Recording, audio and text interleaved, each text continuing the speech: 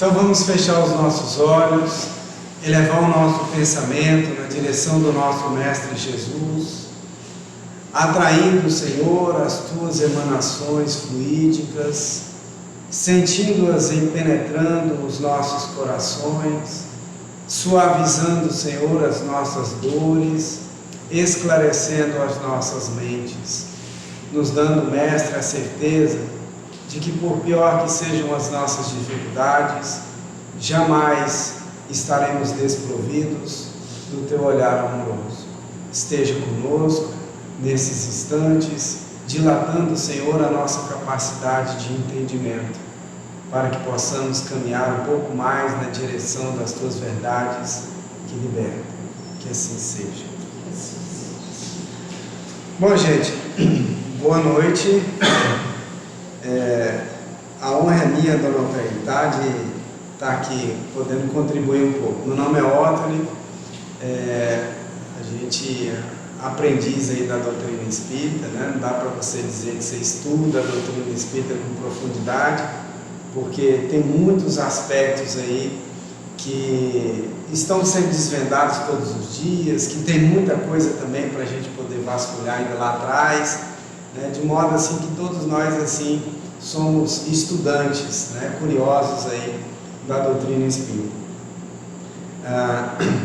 Mandar um abraço também para o pessoal que está nos acompanhando, né, de casa, dizer assim que é uma grande oportunidade a questão do online. É uma das coisas aí, todo mundo fala da pandemia só enaltecendo as coisas ruins, né, mas a lei de destruição da doutrina espírita, que é uma das leis divinas constantes lá do Livro dos Espíritos, ela fala que a destruição é justamente para renovar. E a pandemia, por mais que tenha sido assim, um período muito duro para todos nós, enquanto coletividade, mas ela nos colocou mais próximos ainda da tecnologia. E hoje a gente tem a oportunidade de estar fazendo um bate-papo aqui da doutrina espírita, e muitas vezes uma pessoa que está acamada, que não teria condição de vir à casa espírita, poder assistir da casa dela, receber o passe à distância, né, e organizando a sua água lá, ainda receber água fluidificada.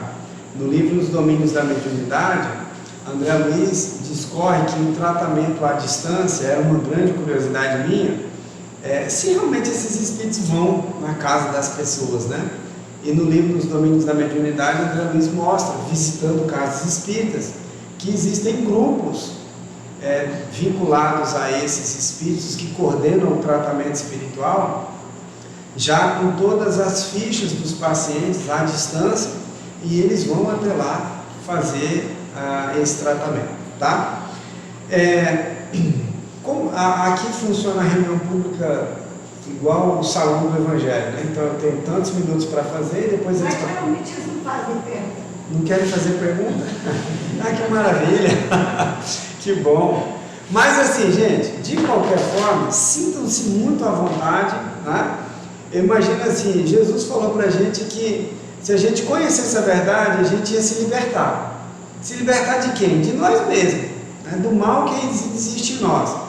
Então, estudar a doutrina espírita e não poder questionar, não poder discordar, sabe, parece que é você voltar ao ensino do Evangelho, que é algo que liberta, que transcende, para uma sala de aula cheia de regra, né? E nunca foi essa a proposta de Jesus. Tanto que ele divulgava o Evangelho onde ele estivesse, né? Então, vocês fiquem à vontade para perguntar algo que a gente estiver falando, e ao final também, se não for algo do que a gente falou e quiser também perguntar aquilo que a gente puder contribuir, nós vamos contribuir, tá? Pessoal, nós vamos falar hoje do capítulo 1 do Evangelho segundo o Espiritismo, intitulado Não Vim Destruir a Lei. Com certeza vocês devem saber, mas é só para a gente relembrar a estrutura do Evangelho segundo o Espiritismo. Então, a doutrina espírita ela foi codificada, sistematizada e organizada por Allan Kardec. E aí a gente tem o primeiro livro, que é o Livro dos Espíritos. Esse livro tem 4 títulos. Primeiro título, Das Causas Primárias. Segundo título, O Mundo dos Espíritos ou o Mundo Espiritual. Terceiro, leis morais. E o último título, esperanças e consolações. Para cada título desse, Kardec escreveu um livro. Então, para o título primeiro, das causas primárias, ele escreveu o livro A Gênese. Para o título 2, do mundo espiritual, ele escreveu o livro dos médiuns. Das leis morais, ele escreveu o livro Evangelho segundo o Espiritismo. E o último, das esperanças e consolações, ele escreveu o livro Céu e Inferno. De modo que essas 5 obras são consideradas pelos estudiosos como as obras básicas da doutrina espírita. Por que fala básica? Porque nós temos uma infinidade de outras obras que complementam esses raciocínios inicialmente pontuados aí por Kardec. Mas assim, o Evangelho segundo o Espiritismo, os capítulos deles têm mais ou menos a mesma estrutura. Então começa com uma passagem do Evangelho, normalmente não, do Novo Testamento, tem as explicações de Kardec e na sequência um outro título que ele cunhou como Instruções dos Espíritos, que são mensagens psicografadas que ele recebeu em torno daquele assunto e que ele, dentro dos seus estudos, ele entendeu que cabia naquele capítulo. O capítulo 1º do Evangelho segundo o Espiritismo, então, é intitulado Eu não vim destruir a lei. E é muito interessante porque essa fala é de Jesus.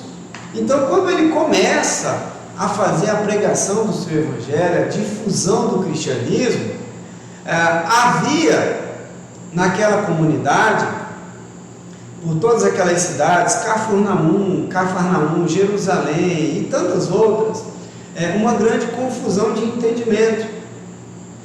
Os senhores devem ter visto na aula passada Moisés. Então Moisés, o que acontece? Ele vai libertar os hebreus da escravização dos egípcios e levá-los para a terra prometida. Nessa peregrinação, esse povo escolhido foi escolhido porque era um povo monoteísta, é um povo que acreditava em um Deus apenas, e Moisés vai trazendo, nos 5 livros também de Moisés lá do Antigo Testamento, toda essa peregrinação.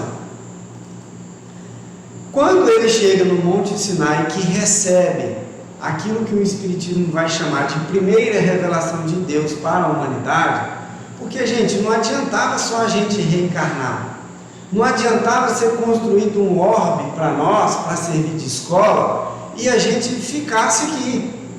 Nós precisamos de referências para nos conectar com o alto, com o belo, com o melhor, com o mais evoluído. E aí, então o orbe foi construído e os Espíritos trouxeram então essa primeira revelação. Qual que é a primeira revelação de Deus para nós, humanidade? São os 10 mandamentos.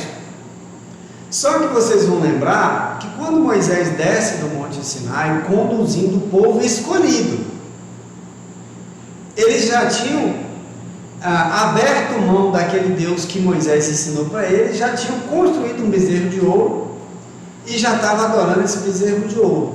Então vocês imaginem a cena de Moisés assim, deslumbrado com aquele contato espiritual que ele acabara de ter, recebendo uma das primeiras mensagens mediúnicas da história da Terra, que são os 10 mandamentos.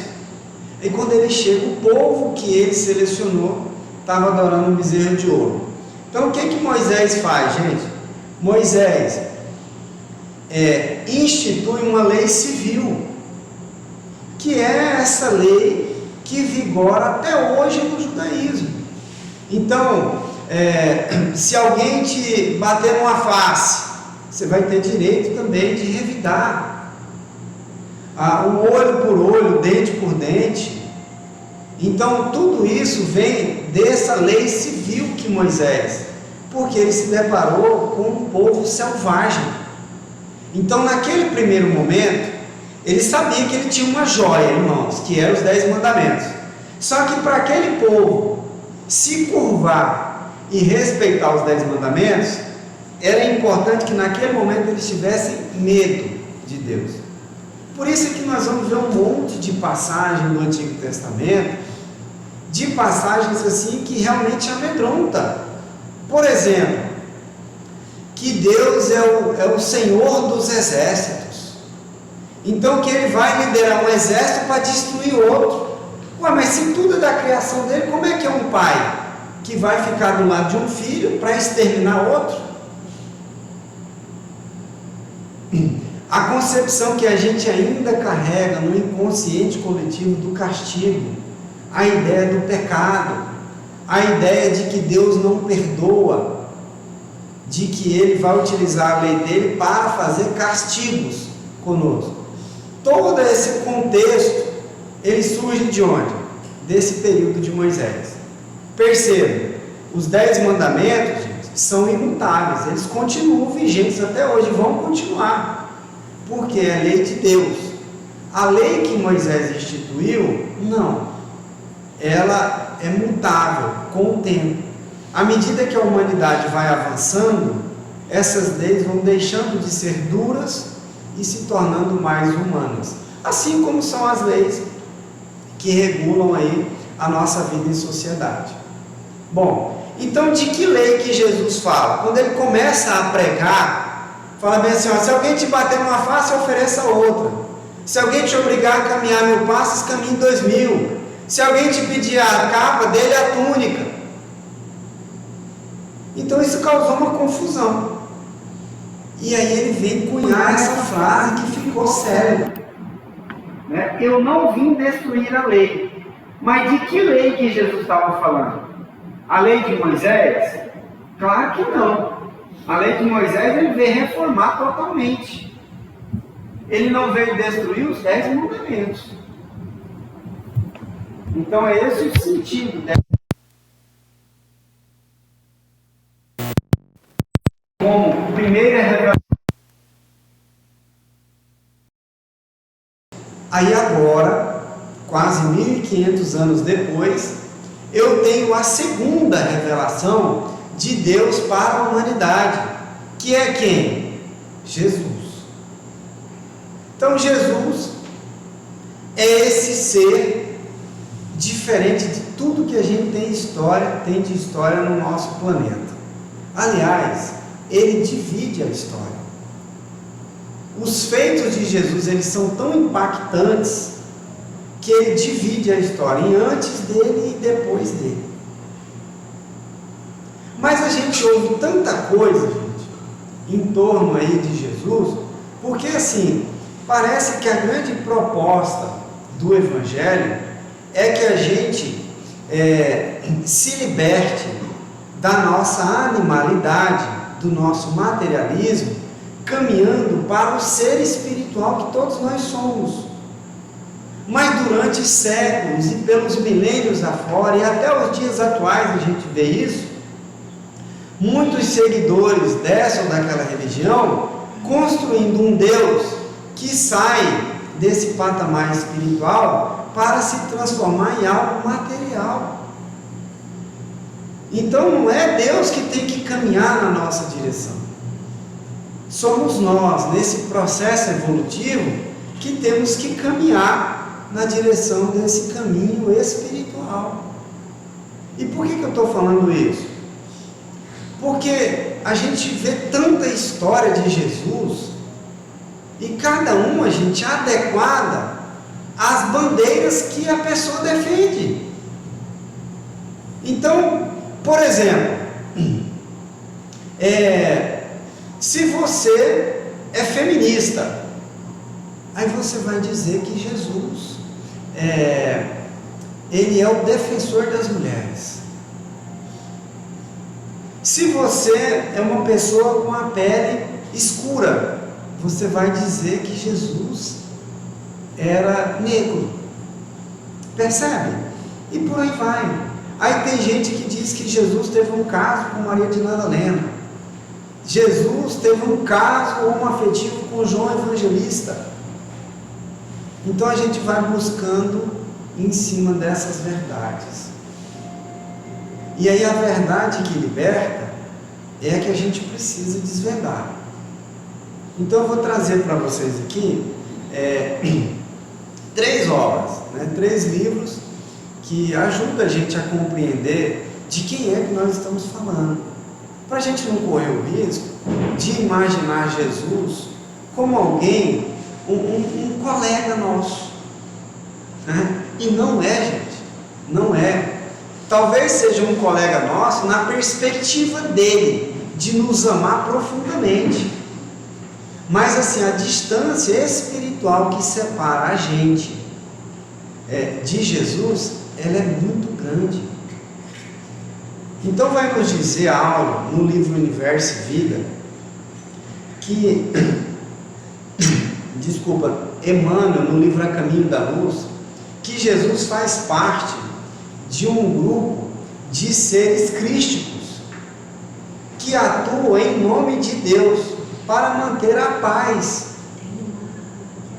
Obrigado. Para manter a paz em todas as galáxias. E que essa comunidade, ao tempo em que a obra foi escrita, ao tempo em que foi dado conhecer a Emmanuel, que é aquele espírito que acompanhou Francisco Cândido Xavier durante toda a sua atividade mediúnica, foi dado saber, aquele grupo teria se reunido por apenas 2 vezes. Numa primeira vez, quando uma porção de terra se separa da nebulosa solar, porque iria ser formado o planeta Terra, e um segundo momento, quando esse grupo decidiu que Jesus viria pessoalmente à Terra, porque a tarefa dele, ele não poderia delegar. E continua Emmanuel, dizendo que nessa perspectiva, então, Jesus é designado a ser o governador espiritual do planeta Terra. Mais que isso, ele vai construir o planeta Terra com as suas energias espirituais, arrebanhando para esse processo uma infinidade de espíritos já bastante avançados que renunciaram por amor a viver em mundos ditosos e felizes para nos auxiliar ao reerguimento também. Então é esse espírito que nós estamos falando, esse ser que estava em total comunhão com o Pai, a ponto dele dizer: eu e o Pai somos um.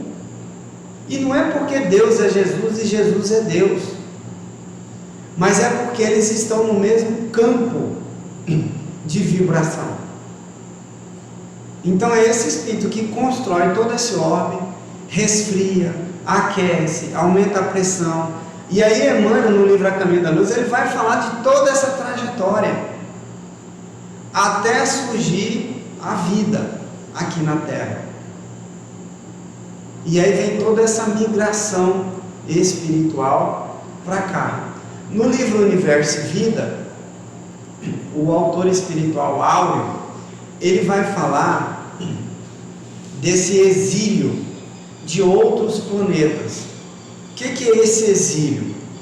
Lembra que Jesus, lá nas bem-aventuranças, ele fala que bem-aventurados os mansos e pacíficos, porque eles herdarão a terra? Então já tem uma deixa para nós aqui. Se a gente não é brando e nem é pacífico, então muito provavelmente a gente vai sair da terra. Por quê? Porque a terra está nesse processo de transformação, de deixar de ser um mundo de provas e expiações para caminhar na direção de um mundo de regeneração. E aí o Áureo vai falar que isso aconteceu em outros orbes. Há muitos milênios, Sírios enfrentou esse mesmo estágio espiritual que a Terra atravessa hoje. Então aqueles espíritos recalcitrantes no mal, na agressividade, na violência, que não tinha nem brandura, nem candura e muito menos de paz no seu coração, eles foram exilados desse orbe. Por quê? Porque esse orbe precisava avançar. Então eles foram exilados. Exilados para onde, ó? O Áureo fala que eles foram exilados para a Capela. Capela ainda era um mundo primitivo, E aí recebeu os selvagens, os endurecidos de lá. E aí depois de algum tempo esses espíritos se melhoraram, alguns voltaram para Sírios. Mas aí Capela também começou a avançar, porque ninguém segura o tempo. E é da lei, nada permanece estagnado. Tudo está em movimento. Dona Altair lembrou muito bem agora, nós somos seres espirituais. Se tem uma certeza que a gente tem quando a gente nasce, é que mais cedo ou mais tarde a gente vai partir daqui. E é curioso isso, porque a gente vive como se a gente nunca fosse partir daqui. Já imaginou se a gente vivesse tendo a certeza de que daqui a pouquinho eu vou embora? Quantas coisas a gente ia relevar na nossa vida? Sabe, uma briga com o seu companheiro, com a sua companheira, uma discussão com um filho. Você fala, cara, eu vou discutir com meu filho, que daqui 10 minutos eu vou morrer. Para que eu vou fazer isso? Uma discussão no trânsito com um vizinho. Entende?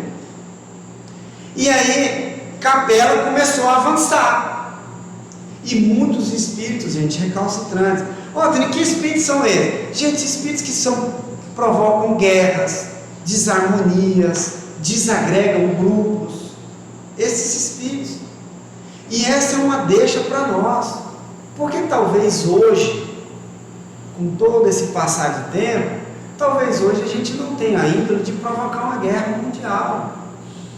Mas talvez a gente seja instrumento de muitas desarmonias, bem menores, é claro, mas dentro da nossa casa, no nosso trabalho, nos grupos que a gente frequenta, na casa espírita. Quantas pessoas, quantos trabalhadores deixaram de contribuir na casa espírita por causa de uma crítica? Aí poderia dizer assim, mas o cara é muito melindroso também, não pode ouvir nada, ele quer ouvir só elogio. Sim, mas lembra que Jesus falou assim, que o escândalo é necessário. Ai de quem trouxer. Então que a gente não seja instrumento disso. Tá? Então chegou esse momento que Capela teve essa ebulição também, evolutiva. E aí avançou para onde? Para um mundo de regeneração. E aí muitos espíritos vieram para onde? Para a Terra. Vieram para cá. E foram recebidos por quem? Pelo governador espiritual da Terra. Que é quem? É Jesus.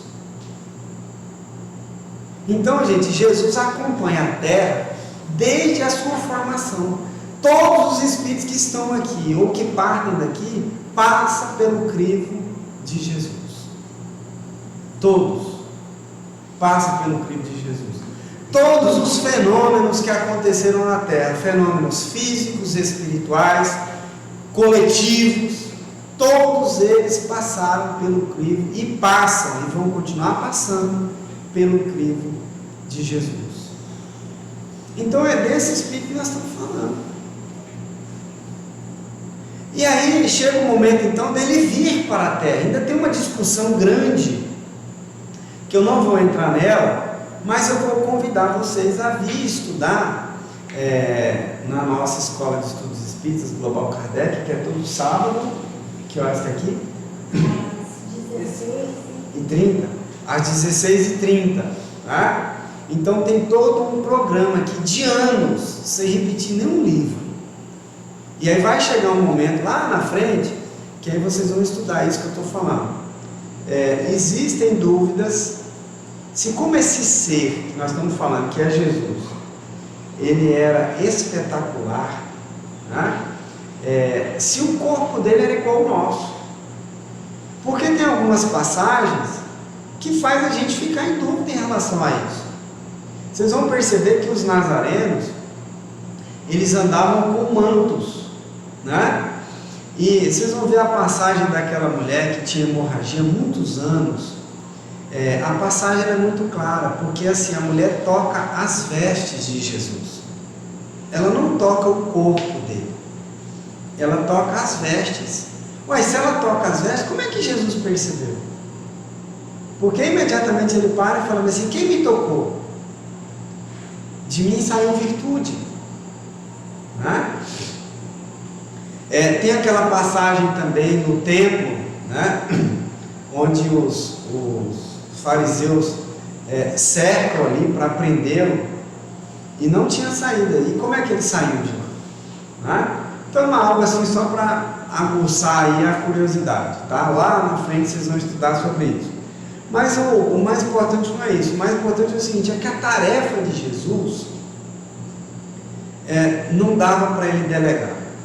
Não é porque não tinha gente com competência para fazer na equipe dele, mas é porque a tarefa das mais sublimes, dos mais sublimes ensinamentos que Jesus deixou para nós, que é o amor.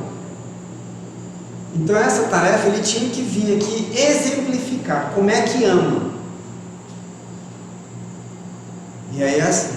Então esse sentimento que é muito confundido nas nossas relações hoje, né? Eu fiz uma palestra uma vez e estava falando muito de casal e falando desse amor, falando que o amor que Deus tem para conosco é muito diferente. E aí uma senhora levantou a mão e falou: olha, Otani, eu amo meu esposo. Eu falei: cadê ele? Não, está aqui. Eu falei: mas se a senhora ama ele? Ama. A senhora deixa ele fazer tudo que ele quer? Ela falou: não. Eu falei: mas Deus deixa. Entende? Deus deixa a gente fazer o que a gente quiser. E com um detalhe: continua amando a gente do mesmo jeito. Porque nas nossas relações a gente constrói um amor que é como se fosse um contrato. Então assim, eu te amo se você fizer isso, isso, isso, e se você não fizer, eu não amo mais. É um grande paradoxo. Você vai numa cerimônia de casamento, gente, o casamento é uma das cerimônias mais belas da face da terra.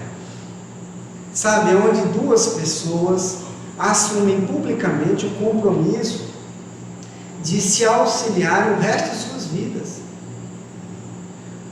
Vai numa audiência de separação para você ver. É horrível. Mas são as mesmas pessoas. São as mesmas pessoas. Né? Então, assim, não é esse amor. O amor que Jesus ensinou para nós é aquele amor que quem ama se abastece. Quem ama não precisa de nada em troca. Eu trabalho na Polícia Militar há 28 anos. E há muitos anos atrás, ainda, o que hoje é Centro de Ressocialização, na época era chamado Carumbé. E no Carumbé não tinha aqueles toldos ali na frente. Então as famílias que iam visitar os reeducandos, elas chegavam ali muito cedo mesmo. Gente, nós estamos em Cuiabá. O sol aqui, ele não tem nuvem que dissipe esses raios. Ele é quente. E as pessoas chegavam ali, às vezes, 6 horas da manhã. Então, até que tinha todo o procedimento dentro da unidade prisional para poder receber os visitantes, isso ia acontecer por volta das 9, 9h30 da manhã, domingo. E é assim, a gente sempre viu uma senhora lá, de cabecinha branca, sabe? Então ela chegava cedo, ela chegava às vezes antes das 6, de domingo, antes das 6 horas da manhã.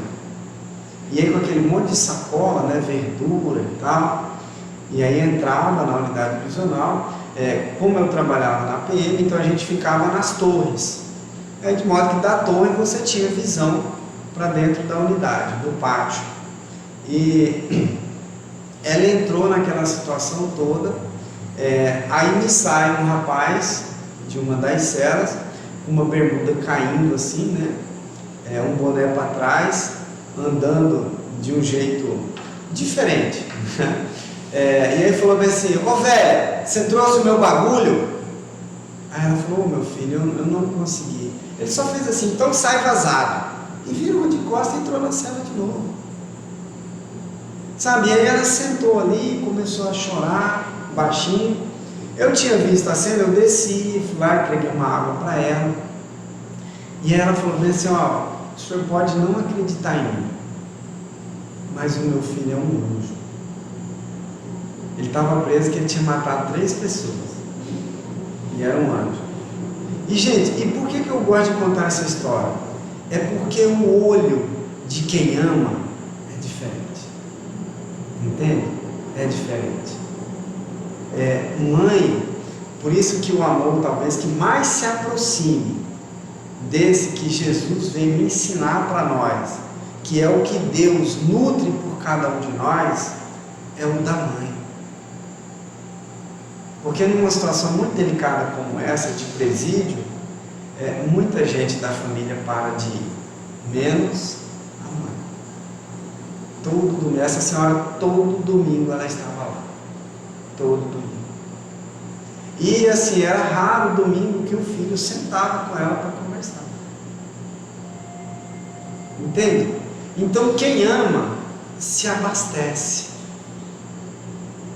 Agora sim, quem tem contrato, aí exige a contraprestação. Aí é diferente. Por isso é que Deus nos ama numa forma que a gente não tem nem condição de imaginar. Não existe esse negócio de castigo. Que é outra coisa que Jesus veio transformar. Moisés pregou um Deus que se vinga. Por quê? Porque era necessário naquele momento. Jesus veio trazer para nós, naturalmente por conta do progresso já atingido, que Deus é amor. Há muitos anos atrás, eu estava na turma da Dona Altair, a gente fazendo noções básicas, em agosto de 2004. E o Márcio dá uma aula, a primeira aula do curso de noções básicas é Deus. Gente, é uma aula assim espetacular. Você chora, você ri, você sai de lá, você fica pensando, cara, onde que eu estava que eu não sabia desse negócio? E em determinado momento da aula ele falou, pessoal, vocês estão pensando que Deus perdoa? Deus não perdoa ninguém. E eu confesso a vocês que eu fiquei angustiado com aquilo. Eu falei, cara, mas se Deus não perdoa, então eu estou frito, né? E ele continuou sustentando aquilo e tal. Alguém falou assim, mas Deus não perdoa. Não, Deus não perdoa ninguém. Porque só precisa perdoar quem se ofende. Entende? Se alguém te ofendeu, te maltratou e você ficou chateado, aí você vai ter que exercitar o perdão. Mas se você não se ofender com nada, precisa perdoar quem de quê? Percebe? Então Deus nem perdoa a gente, não perdoa, porque Ele não se ofende com o que quer que a gente faça. Continua nos amando intensamente. Agora, nós estamos em um mundo ainda material, sujeito a leis.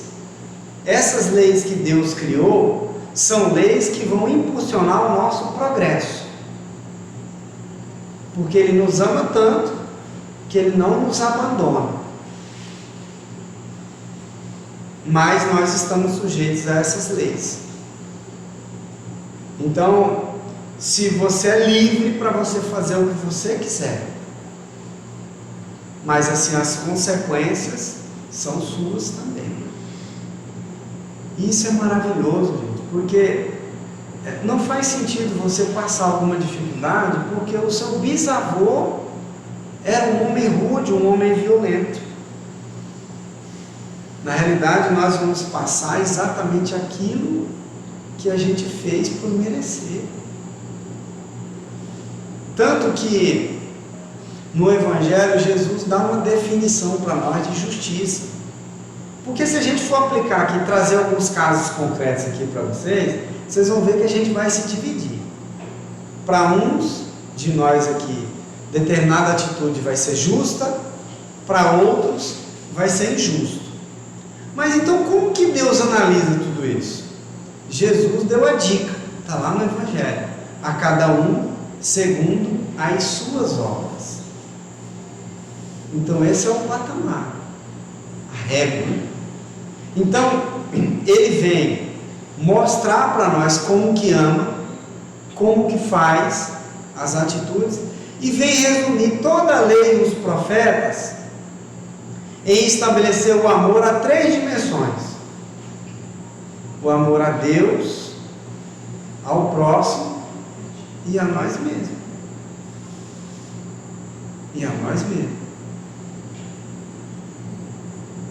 Então é o grande legado de Jesus, né? Não só falar, mas exemplificar, mostrar como que ama, tá? Bom, amar a Deus, gente, a gente só vai estabelecer uma relação profícua com Deus à medida que a gente caminhar na direção dele. E se libertar dentro do possível das amarras do materialismo é algo que a gente precisa cultivar o quanto antes. Inclusive nas obras mediúnicas, né, nas atividades mediúnicas que a gente participa, existe uma tônica muito comum de sofrimento no plano espiritual, daqueles espíritos que estavam como nós estamos aqui agora e que partiram para a pátria espiritual e que se encontram em sofrimento. Por quê? Justamente pelo apego aos bens materiais, né? Aos bens materiais. Então, eu preciso me desvencilhar disso, né? Preciso me desvencilhar. Preciso cultuar um Deus dentro do meu coração. Um Deus assim que não tem uma forma, né? E é curioso isso, porque você fala bem assim, vamos fazer a prece. Aí todo mundo senta, fecha os olhos, pense em Deus nesse momento. E aí você fala assim, bom, mas pensar em Deus, como é que você pensa em Deus? Normalmente a gente pensa numa pessoa bem idosa, com a barba comprida, né? Mas é um símbolo. Na realidade, Deus é espírito, e espírito não tem forma. Em cima disso, eu reitero o convite para vocês virem para a Escola dos Espíritos assistir essa aula deles, tá? Eu queria encerrar, gente, com essa questão do amar ao próximo, porque assim, a nossa nação, a nossa pátria do Evangelho, porque Jesus, lá no livro Brasil, Coração do Mundo, Pátria do Evangelho, ele transfere a pátria do Evangelho lá da Palestina para o Brasil. Então nós temos um papel importante na evangelização do planeta. E nós estamos atravessando momentos muito difíceis aqui no Brasil. Momentos de polarização, sabe? Tudo é motivo de confusão, de intriga, de desavença. E nos afastando desse papel espiritual do nosso país. Sobretudo da gente que nasceu aqui e que está aqui no nosso país. E aí, às vezes a gente imagina assim que você precisa fazer grandiosidades. Não! Cuidar da sua família, dar o seu melhor, enquanto você não tem condições melhores, é um grande dever, uma grande tarefa. Mas assim, nesses processos de guerra, as forças armadas, elas improvisam aqueles hospitais de campanha. Então, para você socorrer os feridos e tal, e atender do jeito que der para atender. E num desses cenários de guerra no Oriente Médio, que recebeu tropas da ONU, e aí se a gente recebe tropas da ONU, são de várias nacionalidades. E eles nesse campo de atendimento, eles estavam atendendo feridos. E tinha idosos, mulheres e crianças. E tinha uma garotinha de 6 anos de idade que ela estava com hemorragia. E o médico não falava o idioma das crianças. E ele pediu para a enfermeira verificar se havia ali, como os adultos não tinham condição de fazer a transfusão, se havia ali alguma criança que poderia. E aí, na hora que ela traduz, um menininho, na hora, falou bem assim, eu vou doar. E aí o médico vai, se organiza ali para extrair um pouco do sangue dele, para fazer essa transfusão, mas durante todo o processo ele começa a chorar. Ele chora. Aí o médico para e pergunta para a enfermeira, pergunta para ele se está doendo. Ele balança a cabeça que não. Ele continua. terminou o processo e tal. E aí ele vira, a menininha tem a estancada ali, a hemorragia, né? O sangue que ela recebeu foi suficiente para salvá-la, mas o médico fica intrigado com aquele garoto chorando daquele jeito. E aí pede para a enfermeira perguntar por que ele estava chorando. Ele falou, aí a enfermeira pergunta para ele, vira para o médico e fala assim, ó, é porque ele achou que ia tirar o sangue dele todinho para dar para ela. Aí o médico na hora falou bem assim, não, mas se você sabe disso, por que você foi voluntário então? Aí ele vira para a enfermeira e diz assim, é porque ela é minha amiga e eu a amo. E a enfermeira, com os olhos cheios de água, responde para o médico, né?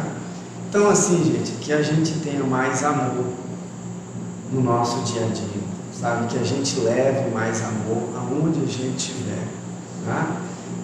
Que o ambiente se torne mais leve com a nossa presença. E não é porque a gente é melhor que ninguém não, e realmente a gente não é. Mas é porque assim, a gente está bebendo nessa fonte fecunda que é o Evangelho. Quantas milhares de pessoas não sabem que a vida continua? Quantas gestantes estão agora pensando no aborto? Quantos jovens estão se drogando? Quantas famílias estão se destruindo? Quantas pessoas estão alimentando a ideação suicida? E a gente está aqui, já conheceu a doutrina espírita, conheceu uma casa espírita. E eu sugiro mais, que a gente não fique como espectador. Sabe, melhor do que assistir uma palestra é trabalhar na casa. Eu tenho certeza que aqui tem um monte de atividade que qualquer um de vocês tem condição de fazer, de auxiliar. E o mais interessante é o seguinte, é que você trabalhar no campo do bem não vai resolver seus problemas, mas você vai resgatar a sua autoestima. Você vai se sentir bem, você vai se sentir útil. Você vai fazer atividades fora daqui e vai se encontrar com pessoas que estavam à beira do suicídio e ser instrumento de Jesus para auxiliar essas pessoas. E isso vai fazer toda a diferença nesse processo de transformação nosso. Tá? Então não perca, gente, a oportunidade. A gente está em recesso, volta aqui dia 9. Vai ter a cirurgia aqui também? Vai. No final de semana, dia 2. Dia 28, segunda-feira, é o último dia da triagem. Então, venham fazer a cirurgia espiritual. A fazer a cirurgia espiritual é um compromisso seu com Deus. Um momento assim, sabe, de reflexão, de meditação, de você analisar, sabe, como é que está a sua vida, na direção de que você está caminhando. Se você conquistar tudo isso que você está sonhando hoje, você vai ser realmente uma pessoa feliz? Ou vai ser uma pessoa vazia, que a única coisa que tem é dinheiro? Ou que tem bens? Percebe? Fazer a cirurgia, se preparar espiritualmente e vem estudar com a gente. Vem estudar, vem trabalhar no campo do bem. Não se engane, gente. A maioria de nós aqui se comprometeu no plano espiritual a executar essas tarefas. Você vai ver que você vai ser convidado para uma atividade, você vai começar a fazer a atividade como se você já estivesse fazendo ela há 10 anos. Porque você foi preparado para isso. E eu quero encerrar com uma frase de Eurípides Barçanufo, que foi um grande trabalhador fiel a Jesus. Ele diz assim, ó, serve enquanto o sol da oportunidade brilha no teu caminho. A gente não sabe até quando esse sol vai estar brilhando. Muita paz para todos. Fazer a prece? Vocês têm alguma pergunta? Eu falei que vocês podiam perguntar. Tem alguma pergunta? Não? Então tá bom, então vamos fazer a nossa prece. Então vamos fechar os nossos olhos mais uma vez, trazermos a figura meiga do nosso Mestre Jesus, lembrar dele como nos descreve Emmanuel no livro A Caminho da Luz. no livro há 2000 anos, com seus cabelos compridos, separados ao meio, à moda nazarena, o seu olhar penetrante, o seu sorriso fácil, e ajoelhados, Senhor, espiritualmente, queremos te agradecer pela tua misericórdia, queremos te agradecer, Senhor, pelo teu amparo e pela tua presença em nossas vidas, em todos os momentos, e te pedir, Senhor, que nos leve em segurança aos nossos lares, com a convicção, Senhor, de que tu és o nosso caminho, a nossa verdade, a nossa vida. Que assim seja. Muito bem. Nos preparemos para o momento do passe e fluidificação das águas.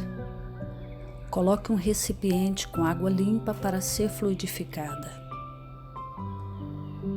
Irmãos, não importa aonde você está, quais as dificuldades que está enfrentando, Jesus está sempre pronto para vir em nosso socorro. Coloque-se de maneira confortável, que lhe facilite a concentração e a receptividade. Respire lenta e tranquilamente. Inspire, expire. Inspire, expire. Encha seus pulmões de ar e solte bem devagar. Deixe que energias de tranquilidade e paz penetrem seus pulmões, circulem por todo o corpo. Sua alma, em harmonia com o corpo, se sente tranquila e em paz. Mentalizemos a passagem de Jesus. Dia claro, os raios dourados do sol iluminam a paisagem alegre de Cafarnaum. Casario branco, trepadeiras multicoloridas e pássaros saltitantes enchem a paisagem de otimismo. A notícia das curas atraía a multidão dos necessitados. Subitamente Jesus aparece, esguio e belo. A túnica desce-lhe até os pés. Ao pôr do sol, todos os que tinham doentes atingidos de males diversos traziam-nos, e ele, impondo as mãos sobre cada um, curava-os. Assim narra o evangelista Lucas. Mentalize Jesus se aproximando de você. Ele impõe as mãos amigas sobre a sua cabeça. Perceba que de suas generosas mãos cai uma cachoeira de águas claras e puras, vindas do seu amor a te banhar. Derramam-se em sua cabeça, descem pelos ombros, banham todo o seu ser, te trazendo paz, serenidade, equilíbrio.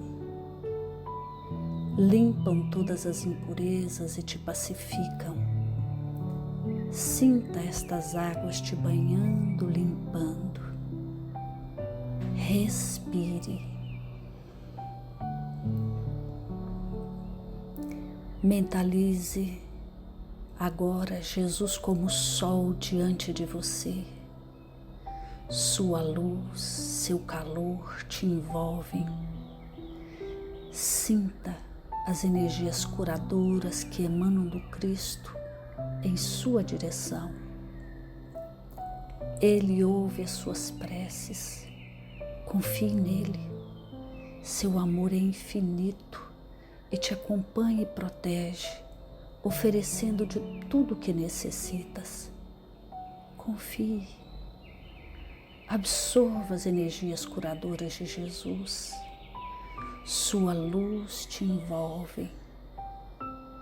Sinta essas energias percorrendo todo o seu corpo. Sinta-se fortalecido e em paz. Senhor Jesus, divino amigo, estende as tuas mãos generosas, Senhor, e transforma estas águas em remédio para os nossos males físicos e espirituais. Guarda-nos, Jesus, em sua paz. Estende as vibrações de amor em benefício do meu lar, Senhor.